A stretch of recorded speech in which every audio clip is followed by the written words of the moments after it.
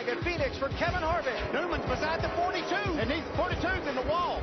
Ryan Newman is going to get in with that move on the last lap. We said, what would drivers do to make it happen? We just saw what they would do. Like I said, he wasn't going to slow down then. That's how you do it. That's your season right there.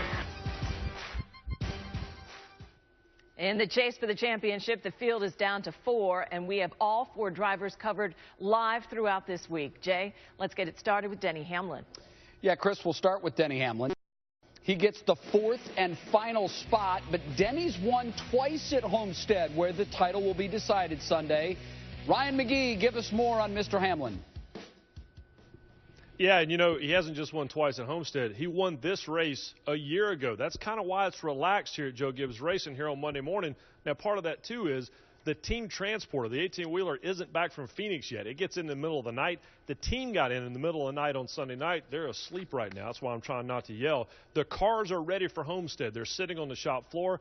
When the hauler gets here, around 2 or 3 in the morning, they'll unload the Phoenix cars, load up the Homestead cars, and then make the 800-mile trip down to South Florida.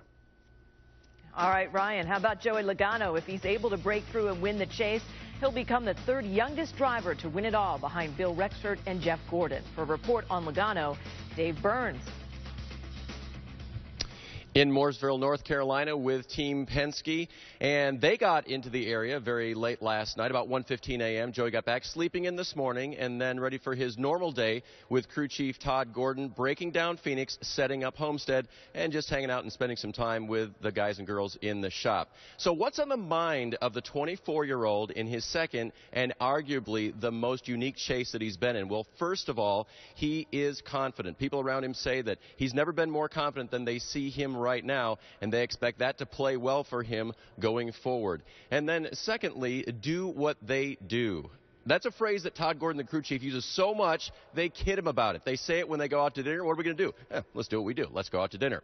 They have done so much this year that has been on plan and on par that they will do the same thing going into Homestead. And even though they may make a little light of it, it may be just the kind of thing that got them to the championship that will get them through and become champion at Homestead Miami Speedway this Sunday.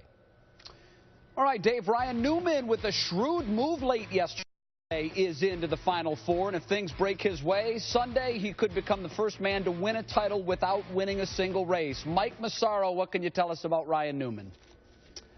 Well, he's unapologetic about what transpired on the racetrack yesterday, that's for sure. And his team is 100% behind him. They felt he did what he needed to do, and we're happy to see that. And we're obviously happy to see our TV crew here this morning because that means they did good things. We're here in Welcome, North Carolina at Richard Childress Racing, where today business is focused on what's going to happen in just about a week down the road in Homestead. The backup car is being buffed and polished on the shop, but the primary car, not to be seen, under wraps. No one will let us see it, but they tell us there's still work to be done on that car. One thing that can't be seen but can be felt, though, is the excitement here at Richard Childress Racing. Ryan Newman has the potential to give RCR its first Sprint Cup Series championship since 1994, when Dale Earnhardt won his last championship in the series. And to break out some good luck, one team member gave me this morning. This is his championship ring from 1994. He says he's going to wear it throughout the course of the week, hoping it brings them some good luck. Thank you, Mike. Now to the favorite, Kevin Harvick. If he's able to win the chase, he'll become the 3rd driver to win a title in Sprint Cup and Nationwide, joining Keselowski and Bobby Labonte. Here's Marty Smith.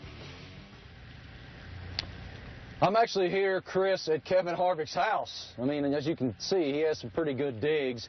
He left victory lane at Phoenix last evening about 7:15 Mountain Time after the most dominant victory in the history of that place. He has 3 consecutive wins there now, 6 career wins there now. That's the most in the current field in the Sprint Cup Series. He got home about 3 a.m.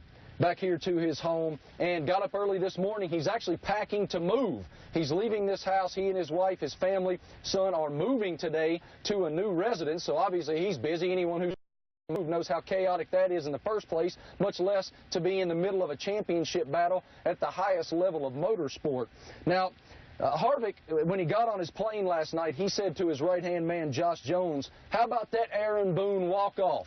He goes and wins that race he had to win. Had he finished second, he doesn't transfer into the championship round of the Chase. Harvick, a huge Yankees fan, he referenced our boy Aaron Boone's famous home run to send the Yankees to the World Series a decade ago. Harvick also said that they have this video that they love. And there's the end of the video, there's this line that says, it's a knock-knock joke scenario where the guy says, the guy who finished second, that's who. And the guy says, exactly. Now, one last note about Harvick as we move forward here.